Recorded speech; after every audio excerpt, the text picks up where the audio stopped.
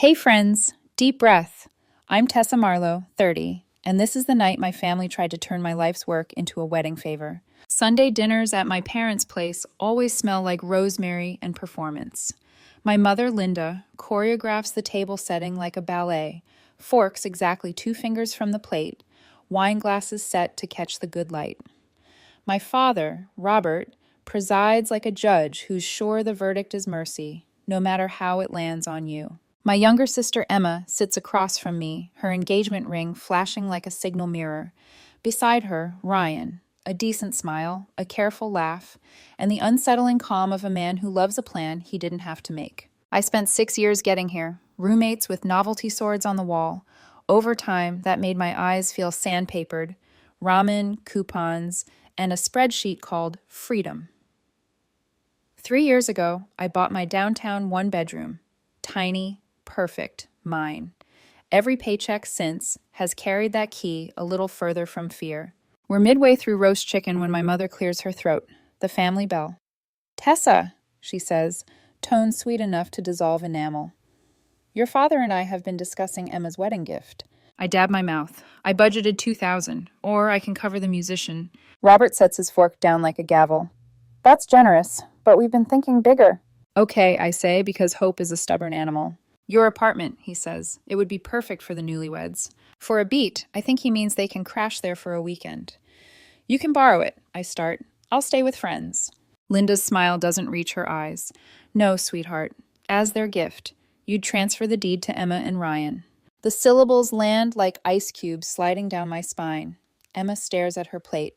Ryan studies the centerpiece as if the right petal arrangement unlocks my mortgage. You want me to give away the apartment I bought and am still paying for? My voice sounds like someone else's, thin wire pulled too tight. Don't be dramatic, Robert says. You're single. You can rent something smaller. Newlyweds need proper housing more than a woman who paid for it, I ask. The room tilts. I can hear my own pulse. Dad, this is my home. When you get married, Linda coos, we'll help you too. Right now, Emma needs it more. You're successful. Think of it as investing in your sister's happiness. That isn't an investment, I say, pushing back from the table. It's the largest asset I own. Emma finally whispers, I didn't know they were going to ask like this, but rentals are crazy, Tess. Your neighborhood has the good schools when we have kids. You don't have kids, I say. You're not married yet. We will, Ryan adds, finding his voice. And it makes sense to be settled first. You understand, right? You've always looked out for Emma. There it is, a tidy script rehearsed without me. I am the generous older sister, built for sacrifice. Looking out for her doesn't mean making myself homeless, I say, standing. My chair legs scrape the tile like a warning. Robert's face hardens, paternal certainty snapping into place. We're not asking, Tessa. We're telling you what's right. You've always been private with your success. Your sister is starting a family. Which matters more? My financial security matters, I say, breath burning. The years I worked for this matter. Language, Linda murmurs automatically, as if I've cursed. This attitude is exactly why you're still single. No man wants... And that's the switch that flips. The old blame, perfumed with tradition. If I won't bleed for them, it's because I'm unlovable. I grab my coat. There's nothing to discuss. Tessa, Emma pleads, but softly, like she's afraid to raise her voice above the china. Robert calls after me, booming. You walk out that door and you're walking out on this family. We raised you better than this. The air outside is colder than it should be. I stand on the porch with my keys biting my palm and call Noah. He picks up on the second ring. You okay? He asks. No preamble, just the anchor of his voice. They asked for my apartment, I say, not to borrow, to take. A beat of silence. You're coming here, he says. Not a command, an invitation with walls and blankets. I'm going home, I tell him, to my home. Good, he says. Text me when you're in. And Tessa, you don't owe anyone your roof. By the time I reach my building, my phone is detonating. From Mom. I'm so disappointed. Family is about sacrifice. Emma is crying. From Dad. A real adult provides for family. Apparently I raised a girl who puts herself first. From Emma. I'm sorry. I didn't know they'd ask like that. Maybe we could work something out. You could sell it to us at a family discount? Or just a few years while we save. From two aunts. Surely you can compromise. None of them offer their deeds. I sit on my couch, with the thrift store coffee table I refinished during a heat wave, and inhale the quiet. The quiet answers. It says, "You earned this." I scroll Emma's messages again. Not once does she call the request inappropriate. She apologizes for the presentation, not the plan. The difference is a small door in a dark hallway, and on the other side I can hear something moving. I start a folder because order is the smallest kind of courage. Screenshots, texts, voicemails, dates, times. A ledger not of money, but of pressure. Noah texts, "I'm outside if you want air." I smile despite myself. Rain check. Logging everything. "Proud of you," he replies. "Call if you need me." That night, a memory I haven't visited in years taps the window of my mind. Emma at 16, beaming over a gifted car. Me with a bus pass and a lecture about resilience. Emma's tuition paid in full.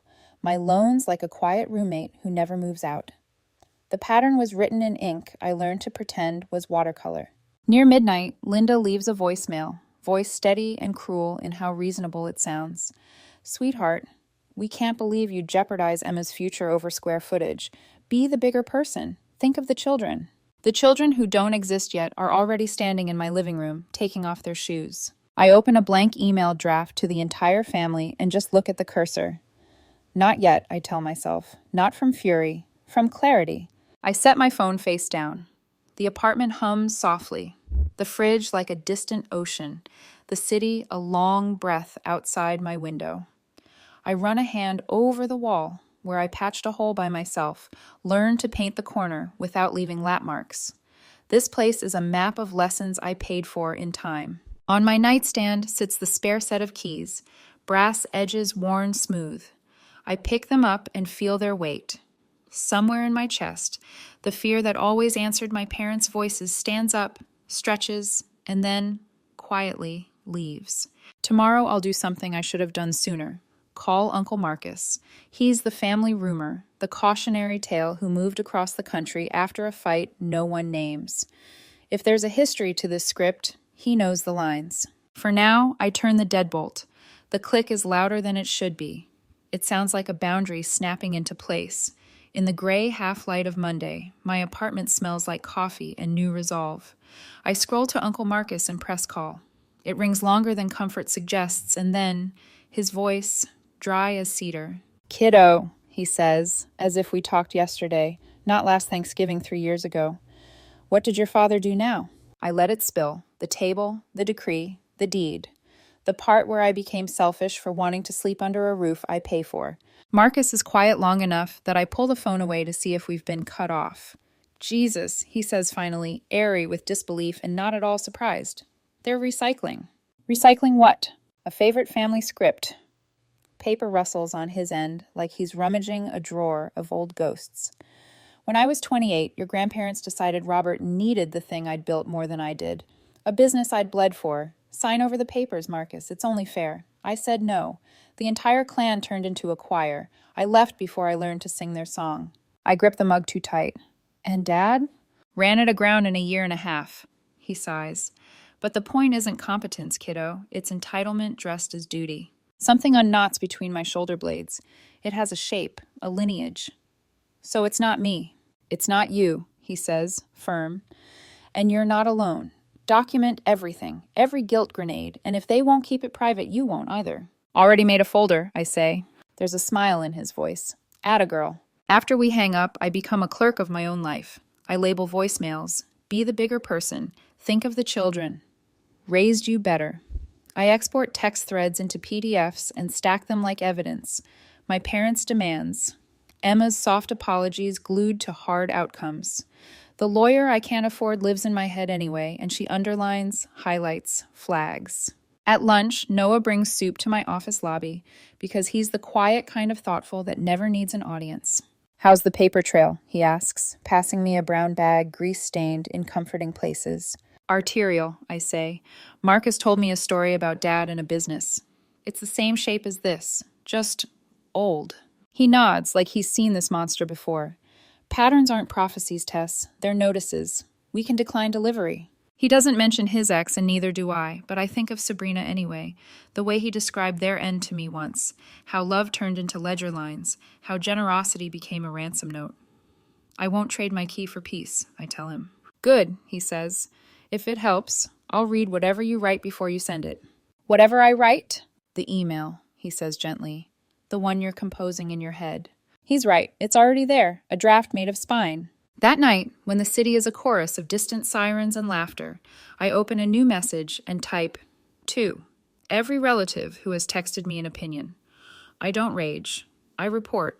My parents asked me to transfer the deed of my apartment to Emma and Ryan as a wedding gift. I purchased the apartment with my own money. I am still paying the mortgage. No compensation was offered. When I declined, I was told I was walking out on the family. Attached are screenshots of relevant texts. I attach the files. I stare at the send button like it's a cliff, and I'm not afraid of heights, just falling. Then I think of the voicemail titled Square Footage and click. The responses arrive like weather. Aunt Melody. Oh, sweetheart, this is a misunderstanding. I'm sure your parents didn't mean. I reply with the screenshot where they meant exactly that. Cousin Sarah. Wait, they tried to make me give Emma my wedding dress last year. Said she deserved it more. I sit with that for a heartbeat. My rage refracts. Less sharp, more wide. Uncle David. Family should share. Maybe you can meet in the middle? I type. The middle between my home and homelessness is still not my home. My phone rings. Robert, I let it go to voicemail. His message is volcanic. How dare you air private family business, Tessa? You've humiliated your mother. You've ruined your sister's wedding joy. 2 minutes later, Linda texts, I can't show my face at book club. Was that your goal? Public shame? I forward both to the folder and close my laptop like I'm closing an argument I didn't ask to have. At midnight, Emma's name lights the screen. I didn't know they'd go public, she writes. Can we please talk without everyone? Maybe there's a compromise. I can feel her phrasing like fingers on my arm, gentle, insistent, guiding me toward a door marked solution that opens directly into my living room. If you didn't plan this, I type, you'll say publicly that you don't want my apartment and that the ask was inappropriate. 3 dots, disappear, return. Finally. That would embarrass them. Maybe you could rent it to us below market? Not an apology. An invoice softened with emojis. The next morning, I'm locking my door when a shadow shifts in the hallway. Marcus. He fills the frame with that older brother energy he never got to spend on mine. Thought I'd show up before anyone says I'm not real, he says, setting down a worn leather duffel. I brought bagels and receipts. We eat at my little kitchen counter that I sanded myself. He flips through printed screenshots like a detective in an old movie. Classic escalation, he mutters. Punish the boundary. Call it betrayal. Demand reunion on their terms. Do I send another email? He grins. Nah, you did the thing. Now you hold still. We rehearse the scene that's inevitable, the living room showdown at my parents' house. You don't argue, Marcus says. You name. Patterns beat debates. He makes me practice 5 lines until they sit in my bones. That's not a gift. It's a transfer of my largest asset. My no is not a discussion problem. It's a boundary. Past favoritism is not my debt to repay. If you want a relationship, it will be without financial strings. I will not be punished for keeping what I earned. When I text Noah, he flew in, he replies, Good, I'll be nearby if you need wheels. He adds, Proud of you again, like a mantra. We go that evening. Marcus drives. The house looks the same as it did yesterday, and also like a theater after the actors have gone home. Sets intact, illusion broken. Linda opens the door with a smile sharpened to a point. Marcus, she says, as if his name tastes like lemon. We weren't expecting. You never are, he says, breezing past. Robert! My father emerges, chest risen for a speech. So the prodigal brother returns to undermine my house. Stop, Marcus says, calm as a shut door. You're doing to your daughter what our parents did to me. Dress it in family first, all you want. It's still taking. Robert flushes. We asked for a reasonable contribution. You demanded a deed, Marcus says, lifting a printed screenshot. You weaponized shame. You called her selfish for not self-immolating. Emma is on the couch, eyes wet, hands dove white around a tissue. Ryan sits beside her, expression carefully neutral, wearing the look of a man who's already calculated the square footage of his future. I speak, voice steady like we practiced. My apartment isn't a dowry. It's my home. I won't give it to you. I won't sell it at a family discount. I won't rent it to you below market. My answer is no. Emma's mouth trembles. I just want us to get along. Then stop asking me to pay for peace, I say. Ryan leans forward, finally showing some teeth. Look, everyone's stressed. We can withdraw the request, okay? Just let's not make this bigger than it is. It is a magician's flourish, meant to distract from the fact that the rabbit is gone. I meet his eyes. There's disappointment there, not in Emma's tears, but in the collapse of a plan. Consider it withdrawn, Robert says tightly, like surrender is a trick he'll unlearn by morning. But no, you've broken your mother's heart. I didn't break anything, I say. I just stopped holding together what was never fair. Linda's voice ices over. If you walk out now, don't expect us at your milestones. Marcus chuckles, low and dangerous. You'll come if you can clap for yourselves. On the way out, Emma brushes my arm. Please don't skip the wedding. I can't bless something that started with taking from me, I say softly. I'll hope for your happiness from elsewhere. She nods, a little broken, a little angry. Ryan doesn't look at me at all. In Marcus's car, I exhale for what feels like the first time in years. My phone buzzes. Noah. How'd it go? I kept my key, I type. Proud, he sends back. One word. A warm coat. That night, the group thread goes quiet. The way a forest goes quiet when a predator is near and everyone is rethinking the path to water. I don't sleep easily. My body still expects a midnight raid. But every time I startle awake, the door is locked, and the only footsteps in my hallway belong to me. Outside my window, the city keeps its own counsel. Inside, I print 5 copies of the lines Marcus made me practice and tape one inside the kitchen cabinet. One in my closet, one by the door, one behind a photo frame, one under the sink. A private breadcrumb trail for the days I'll forget. I think about Noah's ex, about how easy it is to turn love into leverage. I think about my parents' parents and theirs, and the first time someone in our bloodline invented generosity that only ever flowed one way. I think about Emma, and the way her apology always comes wrapped around an ask, and how maybe, the ask is all she's ever been taught. My phone lights one more time, a new message from a cousin I barely know. Thank you for saying no. I needed to see it was possible. I don't realize I'm crying until a teardrop polishes a crescent in the glass. I place my keys on the nightstand and listen to the apartment breathe. Somewhere downstairs, a door opens and closes. Somewhere inside me, one opens and doesn't. It's strange how peace feels heavier than conflict, like the silence after a storm when you're waiting to see what survived. 3 days after the showdown, no one calls. No guilt texts, no pitying aunts, just quiet. Then the invitations arrive. Gold-foiled envelopes, cursive names that almost look like apologies. Emma and Ryan, October 14th. No handwritten note, no olive branch, just a date, as if I'm still expected to show up and smile for the cameras. I drop it straight into the recycling bin. The clatter feels ceremonial. Noah looks over from the kitchen, sleeves rolled up, brow furrowed as he chops vegetables like he's deconstructing a problem. You really aren't going? Why would I? He pauses. Closure? Closure doesn't happen in a room full of people pretending nothing happened. He nods, slides the cutting board toward me. Then at least eat before you burn bridges. I smile. I'm not burning anything. I'm just refusing to rebuild the same house. But that's not entirely true. Some part of me still hopes Emma will call, not to bargain, not to make it neat, but just to understand. Instead, the next message comes from Dad. Your uncle poisoned this family years ago. Now he's done it again. You'll regret siding with him. I stare at the text until it blurs, then type 3 words. Stop blaming others, then block the number. Marcus stays with me that week. He fills the apartment with something warm, steady, like history being rewritten in real time. He helps me fix the leaky faucet, tells stories about our grandparents, and laughs when he realizes I've labeled the folder of family messages Gaslight Chronicles. You've got their number, kiddo, he says. They rely on guilt like it's oxygen. The second you stop supplying it, they suffocate. Then why do I still feel bad? Because you were raised to confuse guilt with love. That night, I hear him on the phone in the living room. Yeah, Robert, he says quietly. This ends here. I won't let you gut another kid's future. He listens, jaw tightening. No, don't you dare spin this as Tessa's rebellion. It's her right, and you can either respect it or watch both your daughters walk away. The next morning, he finds me at the window, watching the city fog creep over the skyline. They won't admit they're wrong, he says. People like your father build walls out of pride. but every wall casts a shadow, and Emma's living in it. He's right, because when Emma finally calls, her voice is hollow. Tess, please.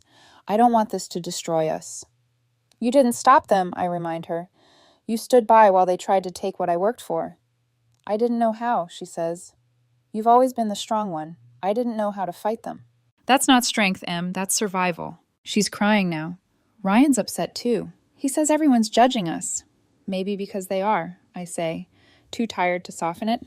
He stood to gain a free home. What did he think people would say? She exhales shakily. He's not like that. But the hesitation in her tone cracks through the phone. That same night, Noah comes over with takeout and a storm in his eyes. You're trending, yawling, he says, scrolling his phone. What?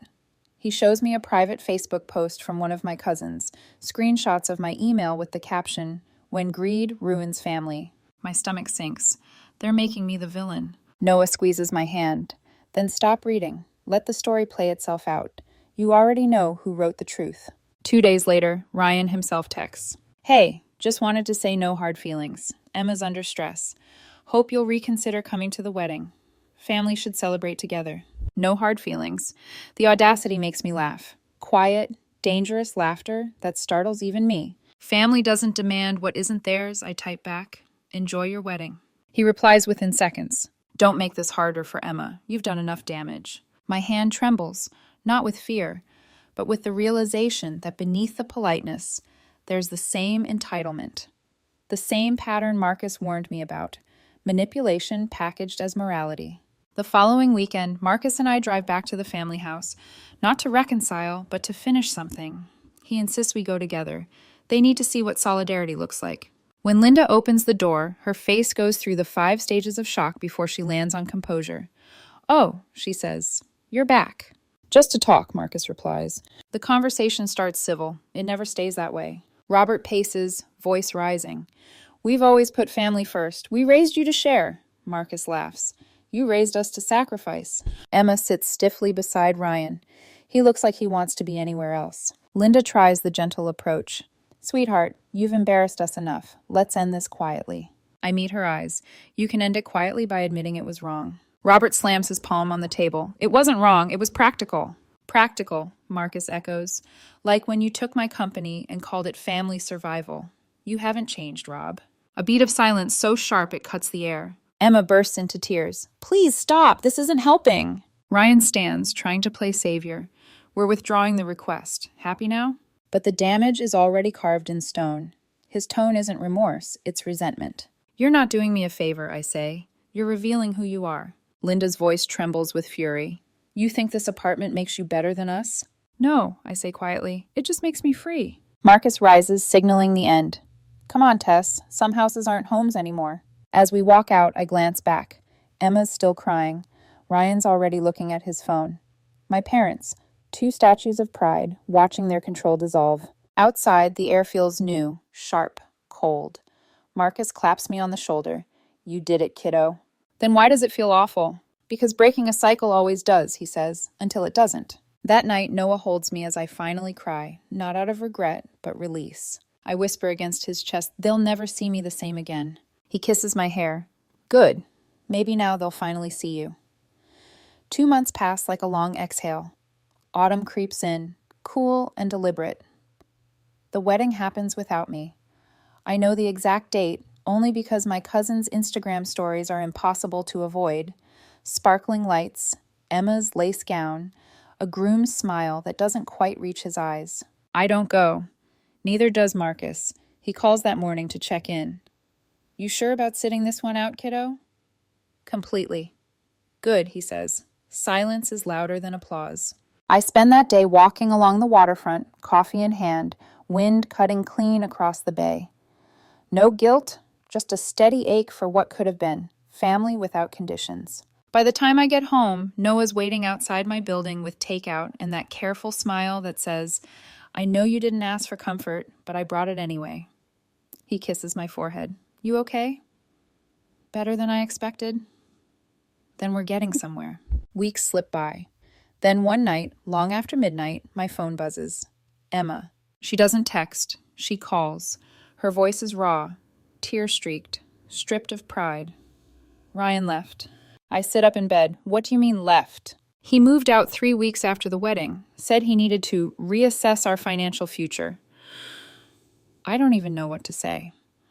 He actually told me, she continues, voice shaking, that he thought marrying me meant marrying into money. He said, and I quote, "Your family has that apartment and those connections. I thought we'd be set." There it is, the confession no one saw coming, but everyone should have. Emma laughs, bitter and broken. Turns out he didn't want me, Tess. He wanted your apartment. I close my eyes. I'm sorry, Em. I should be the one apologizing, she says. For everything. For believing them. For letting them use you. I thought being the favorite meant I was loved, but it just meant I was convenient. She tells me Marcus reached out after the fallout, shared stories about Dad and their parents, the same cycle of control and guilt replayed like a family heirloom no one asked to inherit. I started therapy, she says, and I got a job, a real one, not the part-time thing Mom said was fine for a girl. I needed to know I could stand on my own 2 feet. For a moment I hear it, the quiet strength I always wished she'd find. That's good, Em, I say. That's really good. I'm not asking for forgiveness, she whispers. Just a chance to prove I can be better. Maybe we can start over as sisters? I hesitate. My instinct wants to protect the scar, but her voice sounds different this time. Tired, humble, honest. Maybe, I say softly, but it'll take time. She lets out a breath that's half sob, half relief. Time's fine. I just don't want to lose you forever. We meet for coffee a week later. She looks smaller, like the weight of always being adored has finally lifted and left bruises. She shows me her first paycheck stub with shy pride. I saved $50 this week, she says, half laughing, half crying. I can't help but smile. That's 50 more than you used to. She laughs too. It feels fragile, but real.